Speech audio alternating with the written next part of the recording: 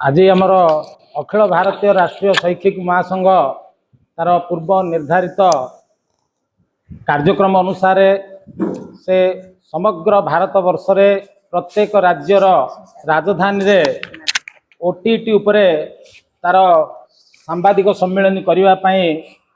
गत 12 तारीख रु 17 तारीख मध्य सांबादिक सम्मेलन हम एवं 18 तारीख रे समग्र राज्यर जिला हेडक्वार्टर रे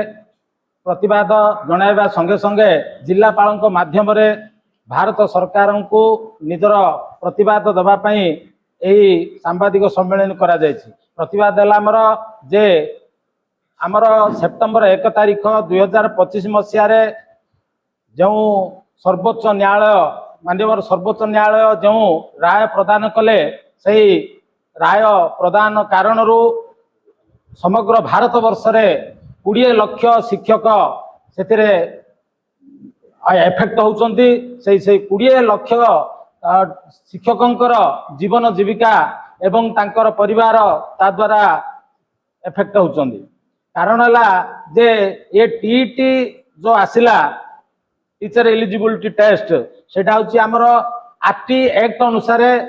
1/1/2010 रु समग्र भारत वर्ष रे कार्यकारी करने कथा किंतु विभिन्न राज्य रे विभिन्न समय रे कार्यकारी कले जा द्वारा ता पूर्व जो माने शिक्षकता कार्य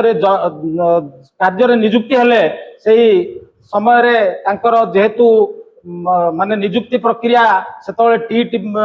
आवश्यक नथिला तेणु सेमानंक पई वर्तमान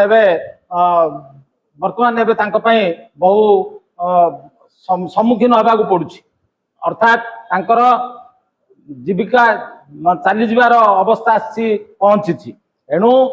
आमर कहबार कथा जे जो दिन ठारू नियम हैला टीटी ता परवर्ती समय रे ता लागू होगा कथा पूर्ववर्ती नियम अनुसार जो शिक्षक माने नियुक्ति होती हवा कथा नुह किंतु सुप्रीम कोर्ट मान्य सुप्रीम कोर्ट जो राय देछि हमें सम्मान देले मध्य किंतु आमे सरकार को अनुरोध करूछु जेहेतु आमर आरटी संसद रे पास होइछि सेही भली संसद रे पास करा जाई से आरटी नियम को परिवर्तन करा जाऊ जा द्वारा ए 20 लाख शिक्षकंकर भविष्यत एवं तांकर जीविका जेमती सुरक्षित हो पारिबो। जे हमर जो टीटी टीचर एलिजिबिलिटी टेस्ट ता आसिला एनसीटी गाइडलाइन अनुसार 2010 मसीह रे ता पूर्वरु जो शिक्षक शिक्षयित्री माने सारा भारत वर्ष रे चाकरी करथिले सरकारक नीति नियम अनुसार से माने इंटरव्यू देई बा जेकोसी पद्धति रे जो सर्विस करथिले तापरे टीटी आसला परे विभिन्न राज्य रे मध्य टीटी लागू करू करू समानकर भी कार वर्षे कार 2 वर्ष अतिबाहित होइछि। हमर ओडिसा रे 2012 मसीह रे टीटी कार्यकारी करागला ओटीटी ओएसटीटी इत्यादि परीक्षा से परीक्षा दला परे जने शिक्षक चाकरी नियुक्ति पाउछंती किंतु सुप्रीम कोर्ट 2025 सेप्टेम्बर मासरे एक राय प्रदान कले जो थे कि कहगला गुणात्मक शिक्षा पाई भारत वर्ष रे प्रत्येक शिक्षक टीटी परीक्षा दबा को बाध्य बाध्य बाध्य किंतु माननीय सुप्रीम कोर्ट विभिन्न क्षेत्र में मध्य कहिसंती जे जो नियमटा आसे से नियमटा जो दिन आसला ता पर ठारू कार्यकारी हुए किंतु ता पूर्व कार्यकारी करा जाए नहीं किंतु सुप्रीम कोर्ट ए क्षेत्र में कहले गुणात्मक शिक्षा पाई नितांत प्रयोजन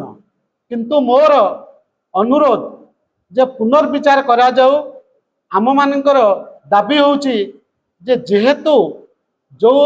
वयस्क शिक्षक आ शिक्षयित्री जो मान चाकरी आउ 5 वर्ष अच्छी कि 6 वर्ष अच्छी कि 7 वर्ष अच्छी वर्तमान जो टीटी एग्जामिनेशन रे जो प्रकार क्वेश्चन आसुची नुआ एजुकेशन पॉलिसी रो जो आमर पेडागोजी रो से प्रकार क्वेश्चन सहित से पाठ ट्रेनिंग नहीं नहांती से जो ट्रेनिंग नहीं सेतब समय जो सिटी बा बीडी से ट्रेनिंग आ वर्तमान ट्रेनिंग भितर बहुत पार्थक्य रही।